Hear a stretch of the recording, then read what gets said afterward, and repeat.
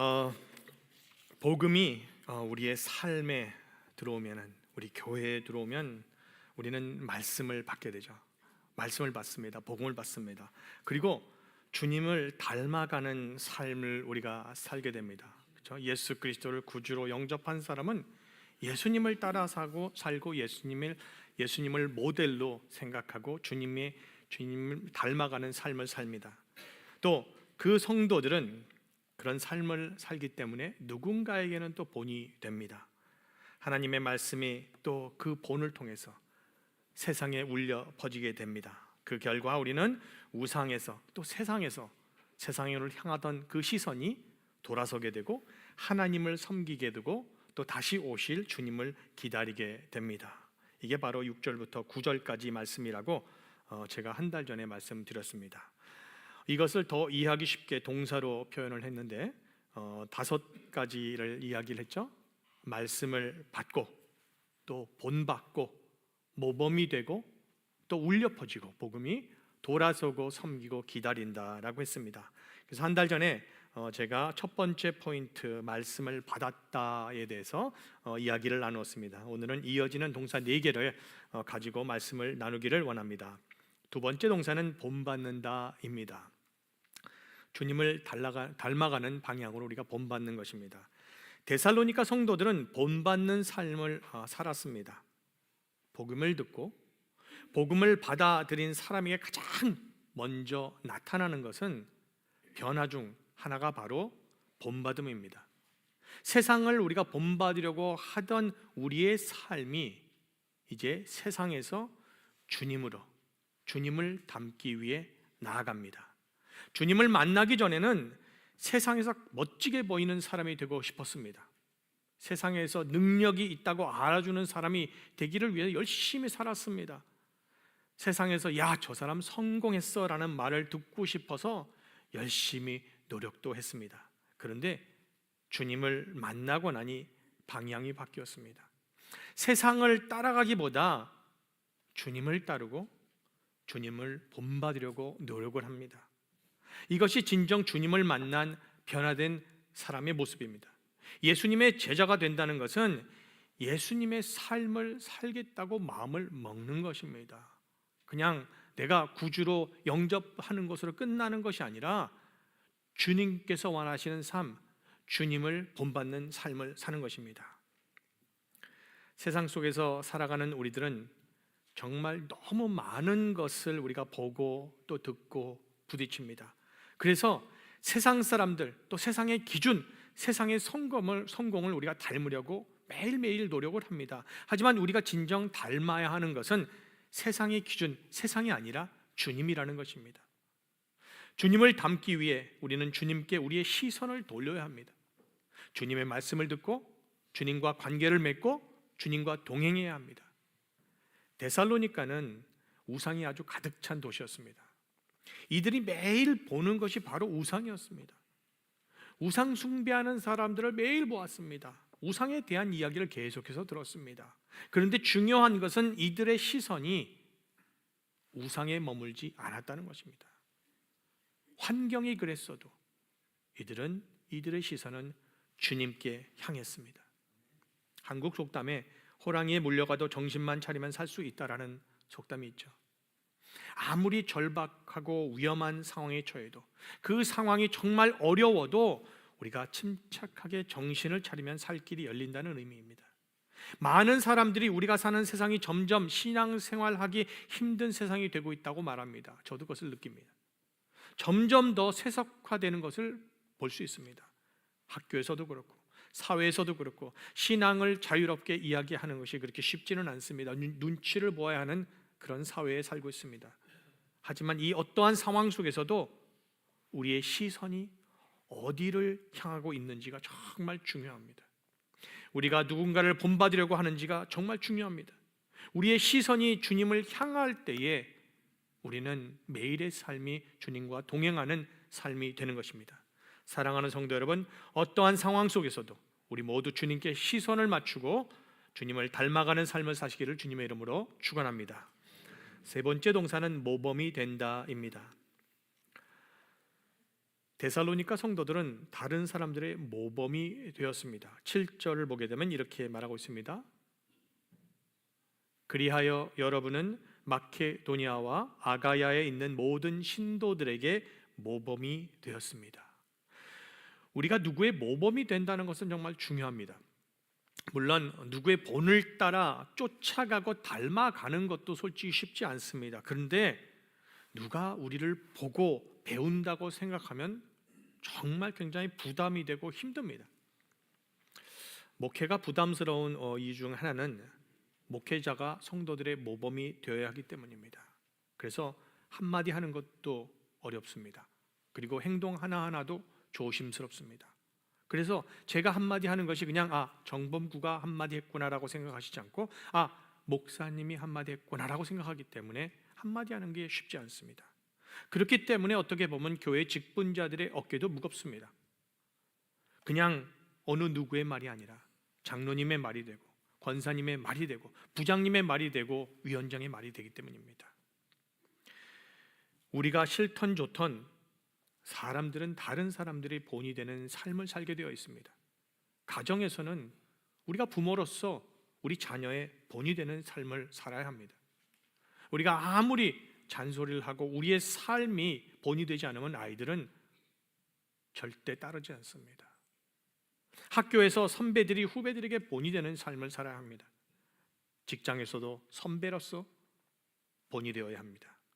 신앙생활을 하면서도 신앙의 선배로서 예수님을 처음 믿는 사람들의 본이 되어야 합니다.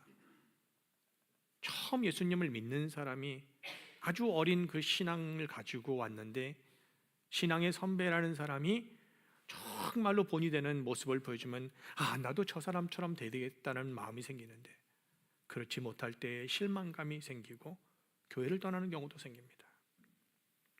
교회에서는 직분자들이 정말 본이 되는 신앙의 삶을 살아야 합니다. 누구의 본이 된다는 것은 정말 쉽지 않습니다. 예수님이야 흠이 없으신 분이시지만 우리들은 흠이 많습니다. 그래서 정말 본이 된다는 건 정말 부담스럽고 힘듭니다. 그렇다고 해서 우리들이 본이 될 수 없다는 것은 아닙니다. 어떻게 보면 본이 된다는 것은 대단한 일은 아닙니다. 예수님처럼 다른 사람을 위해 꼭 목숨을 내놓아야만 본이 되는 것은 아니라는 것입니다. 우리가 할 수 있는 것, 다른 사람보다 먼저 손 내밀어서 미안하다고 말할 수 있는 그 용기, 그것도 본이 되는 것입니다. 중요한 일이 있을 때에 손해보는 일이 있어도 뒤로 물러서지 않고 책임을 질 수 있는 그 책임감을 통해 다른 사람들에게 본이 될 수 있는 것입니다. 힘들고 어려우는 사람 곁에 아무도 옆에 있어주지 않을 때에 그 사람 곁에 있어주는 그러한 모습, 그것이 본이 되는 것입니다. 매일의 삶에서 주님과 동행하기 위해 주님께 시선을 놓지 않고 나아가는 그런 삶을 살 때에 다른 사람들에게 본이 되는 것입니다. 이런 사람들이 바로 신앙의 본이 될 수 있는 사람입니다. 사랑하는 성도 여러분, 우리 교회의 모든 직분자들을 비롯해서 모든 성도님들은 다 그리스도인으로서 신앙의 모범이 될 수 있기를 주님의 이름으로 축원합니다. 네 번째 동사는 울려 퍼진다입니다. 8절입니다. 다음 8절 다 함께 읽을까요? 주님의 말씀이 여러분으로부터 마케도니아와 아가야에만 울려 퍼진 것이 아니라 하나님을 향한 여러분의 믿음에 대한 소문이 각처에 두루 퍼졌습니다. 복음을 전하는 것, 전도를 하는 것은 홍보가 아니라는 것을 우리는 꼭 기억해야 됩니다. 물론 우리가 전도한다는 것을 전도지를 나누는 것도 전도가 될 수 있습니다. 하지만 8절을 보면 주님의 말씀이 울려 퍼졌다고 표현하고 있습니다. 마케도니아와 아가야뿐만이 아니라 각처에 두루 퍼졌다고 말하고 있습니다. 그런데 이것을 이렇게 표현하고 있습니다. 하나님을 향한 여러분의 믿음에 대한 그런 소문이 퍼졌다는 것입니다. 영어 성경은 이렇게 번역합니다.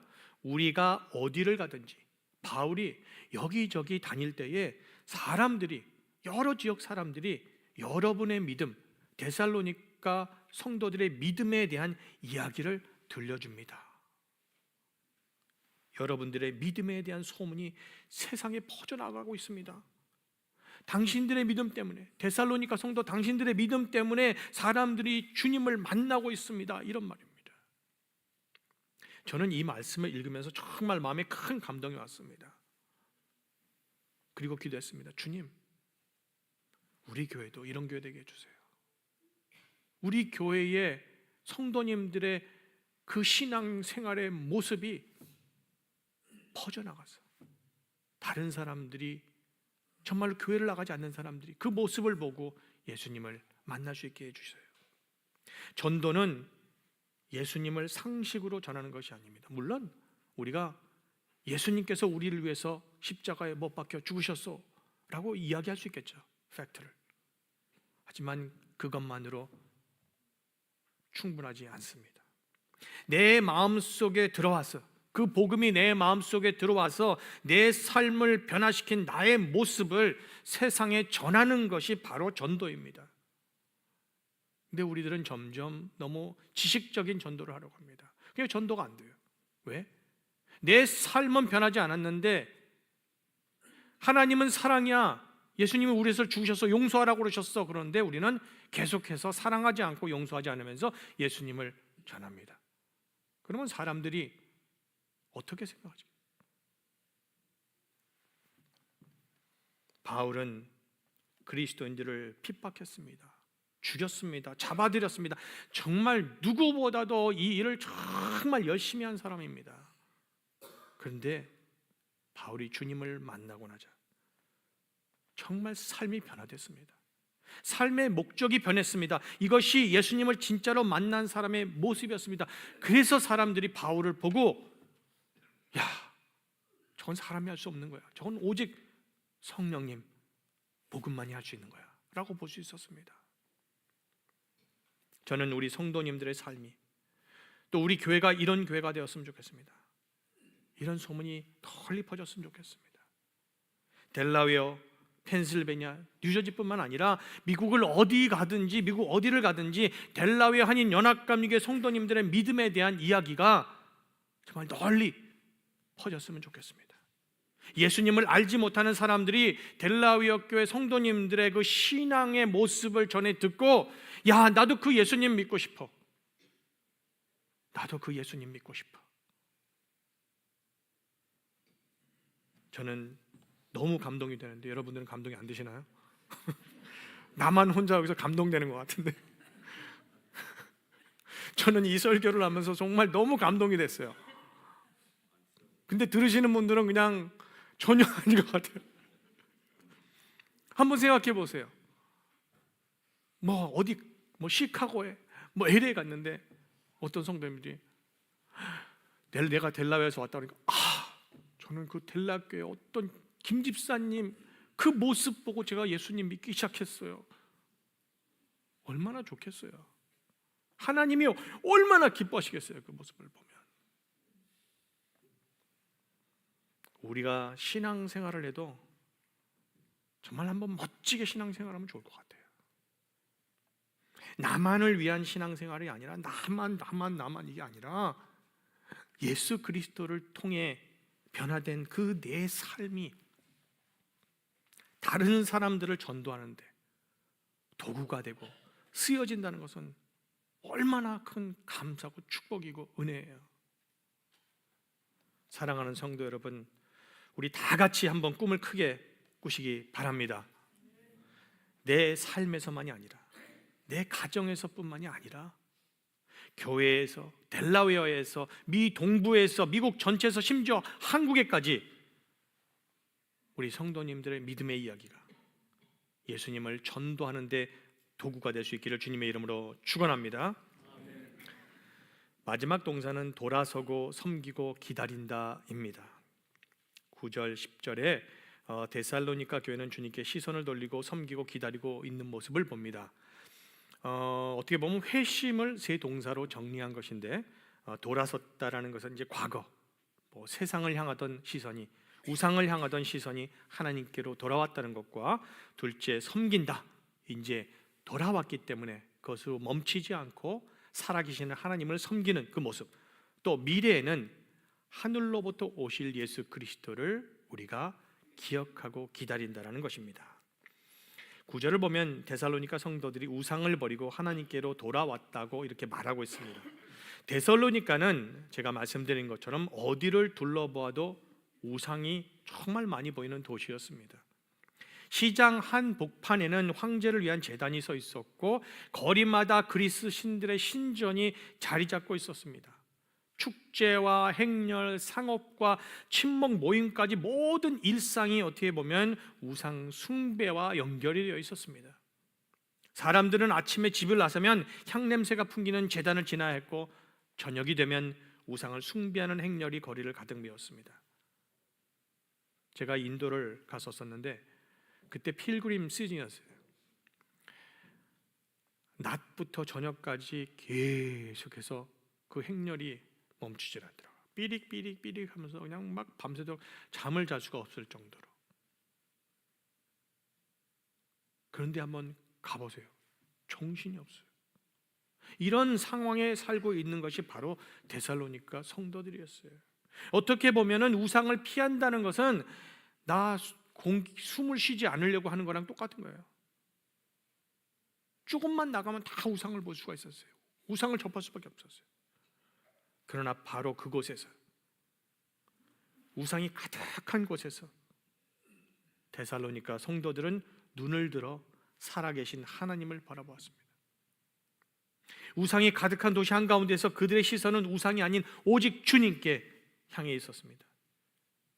주님을 만난 사람들의 시선은 세상을 향하면 안 됩니다. 주님을 향해야 됩니다. 우리의 시선이 주님을 향할 때 우리들은 그때 진정으로 주님과 동행하는 삶을 살 수가 있습니다. 그때 우리는 우리의 죄를 깨닫게 되고 회개할 수 있습니다. 그리고 주님 안에 거하는 그런 삶을 살 수 있게 되는 것입니다. 두 번째로 섬긴다. 중요한 것은 이제 신앙생활을 우리가 시작했으면은 주님께 돌아섰다면 그냥 그것으로 만족하면 안 됩니다. 데살로니가 성도들은 하나님께로 방향을 돌리고 난 뒤 살아계시고 참되신 하나님을 섬겼다고 이렇게 말하고 있습니다. 우리의 시선이 소유가 아니라, 우상이 아니라, 세상이 아니라 하나님께 돌리는 것으로 끝이 나면 안 된다는 것입니다. 9절에서 하나님을 살아계시고 참되신이라고 표현을 합니다. 바울이 하나님을 살아계시고 참되신 하나님이라고 부르는 이유가 우상과 비교하기 위해서 그래요. 우상은 결국은 죽은 것이고 우상은 거짓된 것이라는 것을 알려주기 위함입니다. 우리가 섬겨야 하는 분은 죽지도 않으셨고 거짓되시도 않으셨다는 것입니다. 우상과 하나님은 다릅니다. 하나님은 살아계십니다. 그리고 하나님은 참되시다는 것입니다. 그러므로 우리의 시선이 우상에서 주님께로 돌아왔다면 이제 한 걸음 더 나아가야 합니다. 주님, 제가 주님을 섬기겠습니다. 살아계신 하나님을 섬기겠습니다. 이 고백이 오늘 우리의 삶의 실자가 되기를 주님의 이름으로 축원합니다. 마지막으로 미래 기다린다. 하늘로부터 오실 우리가 아들을 기다리며. 10절을 우리 다 함께 같이 읽을까요? 또 하나님께서 죽은 사람들 가운데서 살리신 그 아들 곧 장차 내릴 진노에서 우리를 건져주실 예수께서 하늘로부터 오시기를 기다리는지를 그들은 말합니다. 여기서 기다린다는 것은 그냥 단지 시간을 보내는 것이 아니에요. 우리가 그냥 이루어질 그냥 어느 날을 생각하면서 그래 기다리는 것이 아니에요. 기다림은 소망의 자세입니다. 기다림은 오늘의 삶을 바꾸는 능력이 있습니다. 우리가 정말로 올바른 것을 기다릴 때 우리의 삶이 변합니다. 바울은 기다림을 그냥 막연한 기대라고 말하지 않습니다. 기다리는 분이 누구인지, 그분이 어떤 분인지를 우리에게 분명히 말해주고 있습니다. 우리가 기다리는 분, 그것은 하나님께서 죽은 자 가운데서 살리신 그 아들 예수라는 것입니다. 장차 내릴 진노에서 우리를 건져주실 예수님이라는 것입니다. 마지막 때의 심판자로 오실 분 예수를 우리는 기다린다는 것입니다. 사랑하는 성도 여러분, 데살로니가 성도들은 우상을 버리고 하나님께로 돌아왔습니다. 그리고 돌아섬으로 끝나지 않고 살아계시고 참되신 그 하나님을 섬겼습니다. 또 그들은 오늘의 고난과 혼란 속에서도 하늘로부터 오실 그 예수님을 기다리는 신앙을 가졌습니다. 이것이 복음을 진짜로 받아들인 사람의 모습입니다. 복음은 단지 교회 안에서만 우리를 변화시키지 않습니다. 복음은 우리의 일상에서 우리의 가치관을, 우리의 미래를 바꾸는 능력이 있습니다. 사랑하는 성도 여러분, 신앙생활도 정말 멋지게 할 수 있기를 바랍니다. 자랑하기 위해서가 아닙니다. 우리의 참된 모습을 통해 다른 사람들이 예수님을 볼 수 있기를 바랍니다. 주님을 닮은 우리의 삶의 모습을 통해 복음이 전파되는 역사를 체험하는 모든 성도님들이 다 되시기를 주님의 이름으로 축원합니다. 결단의 시간입니다. 우리가 2주 전부터 결단의 시간을 이제 더 추가했는데, 이번 주 결단은 내가 먼저의 삶을 살겠습니다입니다. 내가 먼저 믿음의 본을 보이는 삶을 살겠습니다입니다. 누가 불평해도 내가 먼저 감사하겠습니다. 내가 먼저 미안하다고 사과하겠습니다. 내가 먼저 격려하겠습니다.